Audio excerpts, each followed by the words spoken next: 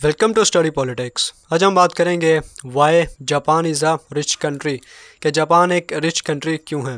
आज की इस वीडियो में जो हमारा पर्सपेक्टिव होगा वो स्ट्रक्चरल पर्सपेक्टिव होगा, यानी हम स्ट्रक्चरल पर्सपेक्टिव के हिसाब से इस बात को प्रूफ करेंगे कि why Japan is a rich country. तो सबसे पहले व्हाट इज़ स्ट्रक्चरल पर्सपेक्टिव, इसको इन शॉर्ट देखेंगे क्योंकि इस पर मेरी डिटेल से वीडियोज़ हैं, आप वो देख सकते हैं। इसके बाद concept of hegemon, the role of United State as a hegemon and its influence on Japan. इसके बाद डेवलपमेंट बाय इनवाइटेशन, ठीक है, यानी ये सारी चीज़ें हम देखेंगे और देखेंगे कि किस तरह जो स्ट्रक्चर था, एक ओवरऑल जो वर्ल्ड स्ट्रक्चर बना हुआ था, उसने कैसे इन्फ्लुएंस किया जापान के रिच होने में। तो आइए इसको शुरू करते हैं। तो सबसे पहले हम देखते हैं कि स्ट्रक्चरलिज्म क्या है, इसको हम इन शॉर्ट देखेंगे। स्ट्रक्चरलिज्म में जो यूनिट ऑफ एनालिसिस होता है वो historical system, international system, social system, political system, economic system, यानी जो लार्जर इन्वायरमेंट होता है आपका, वो आपका जो यूनिट ऑफ एनालिसिस है वो होता है। इसके ऑपोजिट में रैशनल चॉइस थ्योरी होती है, जिसका यूनिट ऑफ एनालिसिस इंडिविजुअल होता है, यानी रैशनल चॉइस थ्योरी के मुताबिक इंडिविजुअल डिसीजन लेता है और उसके डिसीजन के मुताबिक जो सोशल लार्जर इन्वायरमेंट है, चाहे वो हिस्टोरिकल सिस्टम है, इंटरनेशनल है, पॉलिटिकल है, सोशल है, जो भी है वो बनता है, यानी इंडिविजुअल की वजह से बनता है।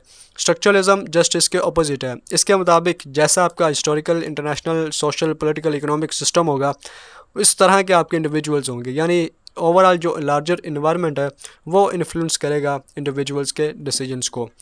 Human action and behavior shaped by larger environment which is product of dominant economic, political and social arrangements। ठीक है, तो वही बात आ गई कि बेसिकली जो ह्यूमंस हैं वो इंडिपेंडेंट नहीं है, आज़ाद नहीं है। Their action shaped by larger environment, ठीक है, विच इज़ प्रोडक्ट ऑफ, अब वो लार्जर इन्वायरमेंट यानी इंटरनेशनल सिस्टम है, सोशल सिस्टम है, पॉलिटिकल या इकोनॉमिक है, ये किसका प्रोडक्ट है? Dominant economic, political and social arrangement. यानी आज के दौर में जिस तरह जो स्ट्रक्चरलिस्ट हैं वो बोलते हैं कि जो कैपिटलिज्म का निज़ाम है ये बेसिकली आज के दौर का स्ट्रक्चर है। तो कैपिटलिज्म का निज़ाम जो डोमिनेंट इकोनॉमिक फोर्सेस हैं, ठीक है, जो सरमायादारी निज़ाम है उसकी बेस पे है, पॉलिटिकल एंड सोशल अरेंजमेंट्स पे, यानी जिस तरह यूनाइटेड स्टेट्स को कहा जाता है कि वो कैपिटलिस्ट इन चीफ है, ठीक है, तो वो बेसिकली कैपिटलिज्म के निज़ाम को लेके आगे बढ़ रहा है, लेके आगे चाह रहा है। इसके अलावा बाकी जितने भी यूरोपियन और रिच कंट्रीज़ हैं वो सारे के सारे इसी कैटेगरी में आते हैं। तो बेसिकली जो स्ट्रक्चरलिज्म होता है इसको प्लाइट ऑफ पुअर कहते हैं, ठीक है, क्योंकि ये गरीबों के बारे में ज़्यादा बात करता है। स्ट्रक्चरलिज्म में क्या होता है कि जो अमीर होता है वो अमीर से अमीर तर होता है, जो गरीब होता है वो गरीब से गरीब तर होता है, ठीक है, क्योंकि स्ट्रक्चर ही ऐसा होता है कि आप उसमें कुछ कर नहीं सकते, आपके पास इंडिपेंडेंट चॉइस नहीं होती। तो इसको मैं यहीं तक रख रहा हूँ, ज़्यादा डिटेल के लिए आप मेरी अलग से वीडियो देख सकते हैं। तो हम इसको आगे देखते हैं कि बेसिकली जो स्ट्रक्चर है इसने कैसे जापान को इन्फ्लुएंस किया कि वो एक अमीर कंट्री हो। तो सबसे पहले हम देखते हैं द कंसेप्ट ऑफ हेजिमोन, कि ये हेजिमोन का कंसेप्ट क्या है स्ट्रक्चरलिज्म में।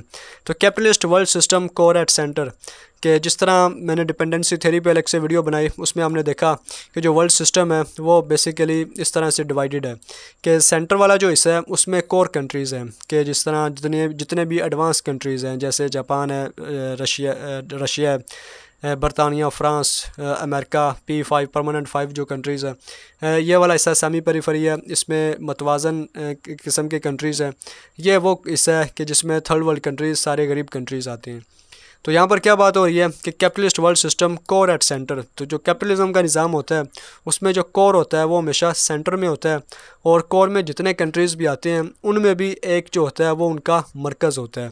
तो इस मरकज़ को कहा जाता है हेजिमोन, और आज के दौर का जो सबसे बड़ा हेजिमोन है वो है अमेरिका, यूनाइटेड स्टेट्स। अब इस हेजिमोन की डेफिनेशन कैसे की जाती है उसको देखिए कि leading core state that exercise it's political domination and control over the system and impose rules and norms that bring it disproportionate benefits। कि ज़ाहिर बात है लीडिंग कोर स्टेट होता है कि कोर में काफ़ी सारी कंट्रीज़ हैं, बरतानिया भी है, रशिया भी है, फ्रांस भी है, बाकी जितने भी रिच कंट्रीज़ हैं, तो उनमें एक जो है वो डोमिनेट करता है। तो आज के दौर में वो अमेरिका डोमिनेट कर रहा है। That control over system and impose rules of norms that bring it disproportionate benefit, कि वो ऐसे रूल्स और ऐसे नॉर्म्स बनाएगा कि जिसमें उस जो हेजिमोन है उसी को फ़ायदा होना है। अब ये जो बेसिकली वो रूल्स एंड नॉर्म्स बनाते हैं ये दूसरे कंट्रीज़ के लिए एक स्ट्रक्चर बन जाते हैं।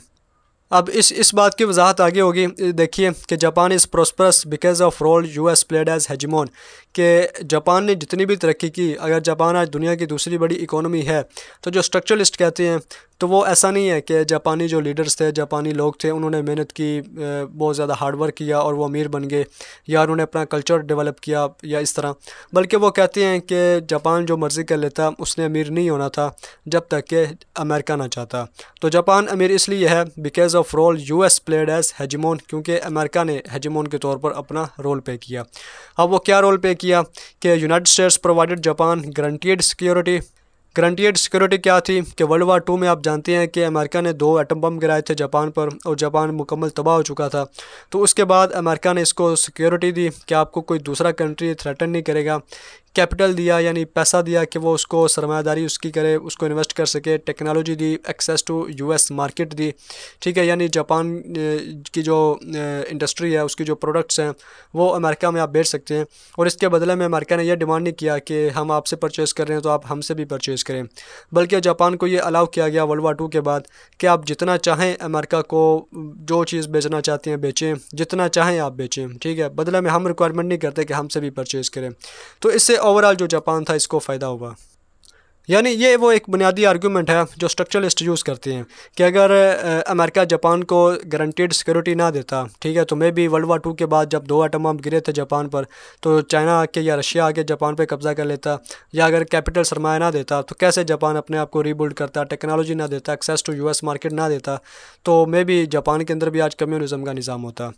तो बेसिकली ये सारा कम्युनिज़म और कैपिटलिज़म की जंग थी वर्ल्ड वार 2 के बाद, कि जब दुनिया मल्टीपोलर से बाईपोलर की तरफ आई। एक तरफ अमेरिका था जो कैपिटलिज़म को लीड कर रहा था, एक तरफ रशिया था जो सोशलिज़म को या कम्युनिज़म को लीड कर रहा था। तो इसी जंग ने बेसिकली एक वर्ल्ड स्ट्रक्चर बनाया कि जिसमें जो कंट्रीज़ थे उन्होंने चूज़ करना था कि whether they are with capitalism और whether they are with socialism, और कुछ कंट्रीज़ इसमें न्यूट्रल भी थे। बहरहाल ये एक अलग डिबेट है। तो अमेरिका की बात करते हैं कि as a capitalist in chief after world war 2 first rebuild western Europe, ठीक है, जिस तरह इसको मार्शल प्लान भी कहा जाता है। मार्शल प्लान पर भी मेरी अलग से वीडियो आप वो देख सकते हैं। तो इसमें पूरे यूरोप को वर्ल्ड वार 2 के बाद डेवलप किया गया, दोबारा से रिकन्स्ट्रक्ट किया गया, क्योंकि पूरा यूरोप तबाह हो चुका था। $13 बिलियन जो थे वो जो यूरोप था उस पर उस वक्त लगाए गए। इसके अलावा अमेरिका ने अपना फोकस चाइना पर किया, लेकिन 1949 में माओ जेडगोंग, ये चाइनीज़ कम्युनिस्ट पार्टी के साथ इन्होंने जो कम्युनिज़म का निज़ाम था, चूँकि इनकी पार्टी का नाम ही चाइनीज़ कम्युनिस्ट पार्टी है, तो 1949 में इन्होंने इलेक्शंस वोन किए चाइना के अंदर, और चाइना के अंदर जो कम्युनिज़म का निज़ाम था वो कायम हो गया। तो जब चाइनीज़ कम्युनिस्ट पार्टी 1949 में चाइना के अंदर आई, तो अमेरिका ने रियलाइज़ किया कि जो चाइना है वो हमने लॉस्ट कर दिया। तो चूँकि उस वक्त कोल्ड वार चल रही थी, जैसे मैंने आपको बताया कि अमेरिका चाहता था कि दुनिया में कैपिटलिज़म का निज़ाम रहे, कम्युनिज़म ना आए, तो पहले तो उसने यूरोप को रिबिल्ड किया। यूरोप के बाद वो एशिया में आया। तो चाइना चूँकि एशिया के सेंटर में है, तो लिहाजा इसके अलावा दुनिया की सबसे ज़्यादा आबादी भी चाइना की है। तो अमेरिका ने चाइना पर फोकस किया कि कहीं ये कम्युनिज़म के हाथ में ना चला जाए। तो कम्युनिज़म के हाथ में जाएगा तो ज़ाहिर बात है इतनी बड़ी मार्केट वो भी ज़ाया हो जाएगी। लेकिन 1949 में जब चाइना भी कम्युनिस्ट बन गया, तो अमेरिका ने रियलाइज़ किया कि एशिया के अंदर हमारा कोई ना कोई एक बड़ा कदम, हमारा कोई ना कोई एक ऐसा बंदा होना चाहिए जो कि कैपिटलिज़म के निज़ाम को आगे लेके बढ़ सके।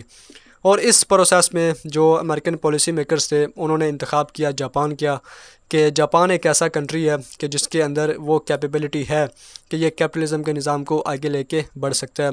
और जापान की हेल्प करने से, जापान को डेवलप करने से ओवरऑल जो अमेरिकन इंटरेस्ट हैं साउथ एशिया के अंदर या ईस्ट एशिया के अंदर वो भी पूरे हो जाएंगे।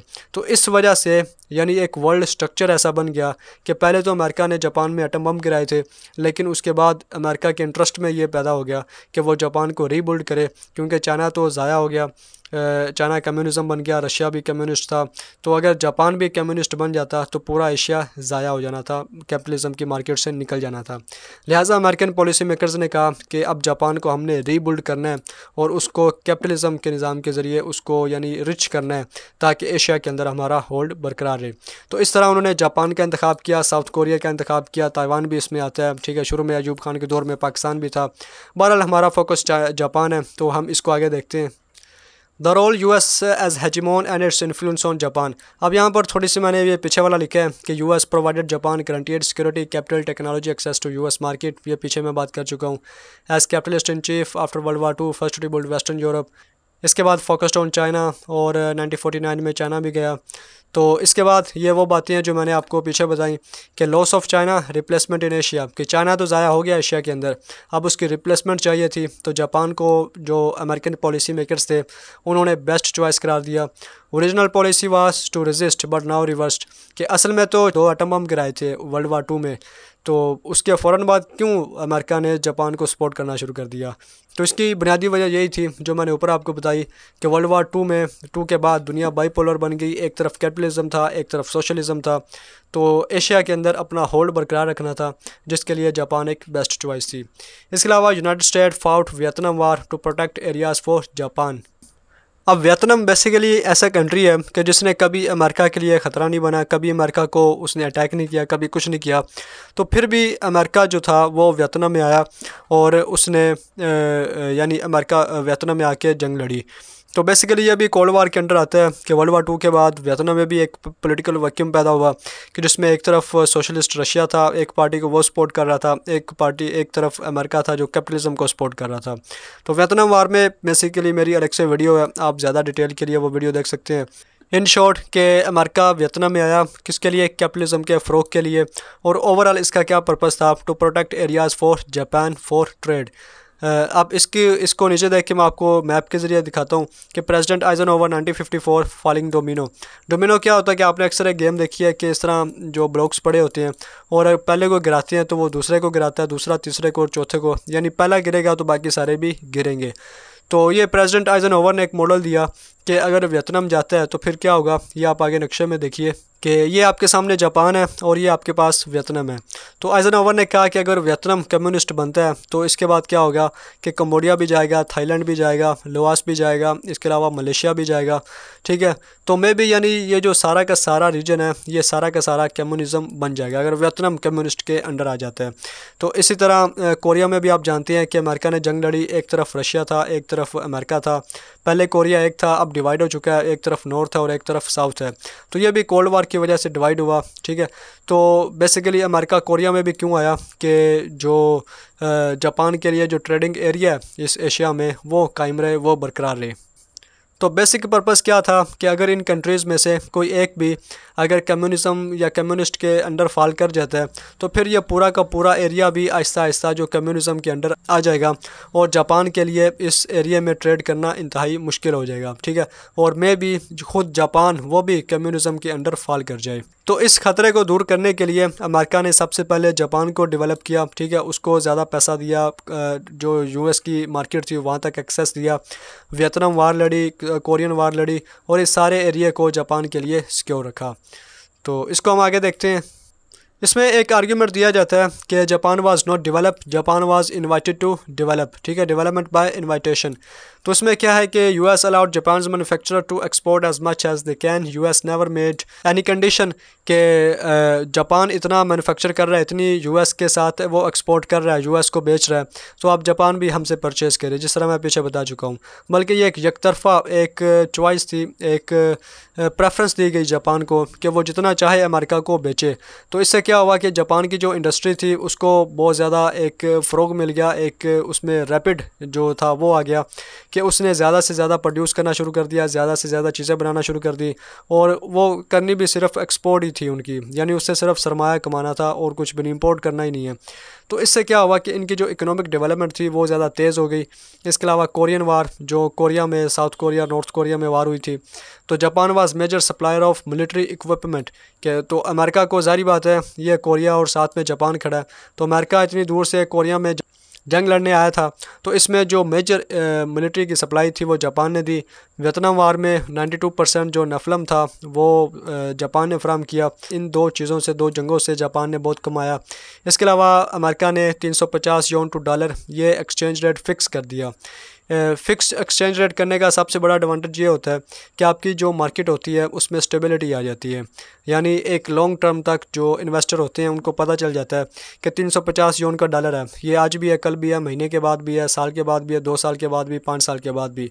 लिहाजा वो एक पूरे माइंडसेट के साथ वो इन्वेस्टमेंट कर सकते हैं। लेकिन अगर ये फ़िक्स ना हो, ये फ़र्ज़ करें जिस तरह पाकिस्तान का केस है, जो करेंसी है वो नीचे से नीचे जा रही है, तो इससे काफ़ी ज़्यादा नुकसान हो जाता है कि यानी अगर इन्वेस्टर्स को ये इंश्योर ना हो कि आपकी करेंसी फ़िक्स है या उसने नीचे नहीं जाना, कम से कम या तो मेंटेन रहे या वो अच्छी हो, ऊपर आए। तो जब ये चीज़ इंश्योर नहीं होती तो फिर कोई भी इन्वेस्टमेंट नहीं करता आपकी कंट्री में। लेकिन जब ये इंश्योर हो कि आपकी करेंसी स्टेबल है तो फिर इन्वेस्टमेंट होती है। और यहाँ पर तो उन्होंने फ़िक्स कर दिया एक्सचेंज रेट अमेरिका के साथ, तो इससे इन्वेस्टर्स को बहुत ज़्यादा इंकरेजमेंट मिली कि वो जापान के अंदर इन्वेस्टमेंट करें, कारोबार करें, बिज़नेस करें, और इससे उनको फ़ायदा हुआ।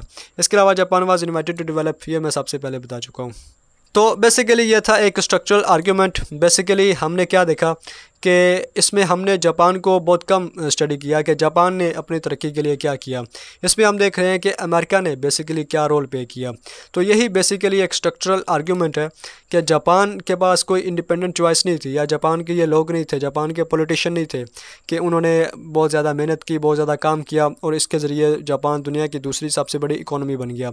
जबकि स्ट्रक्चरलिज़म ये कहते हैं कि वर्ल्ड स्ट्रक्चर इस तरह का बन गया वर्ल्ड वार 2 के बाद कि ये अमेरिका के, चूँकि अमेरिका एक हेजेमोन था, तो ये उसके इंटरेस्ट में बन गया कि जापान अगर तरक्की करेगा तो वो अमेरिकन इंटरेस्ट उसको पूरे करेगा। लिहाजा अमेरिका की वजह से अमेरिका ने अपनी निगाहें करम जापान पर की, तो फिर जापान ने तरक्की की। तो ये एक स्ट्रक्चरल आर्ग्यूमेंट है। तो उम्मीद करता हूँ कि आपको कुछ इसके बारे में पता चला होगा। अगर आप कल्चरल आर्ग्यूमेंट जानना चाहते हैं कि why Japan is a rich, तो कल्चर इसके बारे में कैसे कहता है और रैशनल चॉइस थ्योरी इसके बारे में कैसे कहती है, तो आप मेरी अलग से वीडियोस देख सकते हैं। आज के लिए इतना ही। वीडियो देखने का शुक्रिया।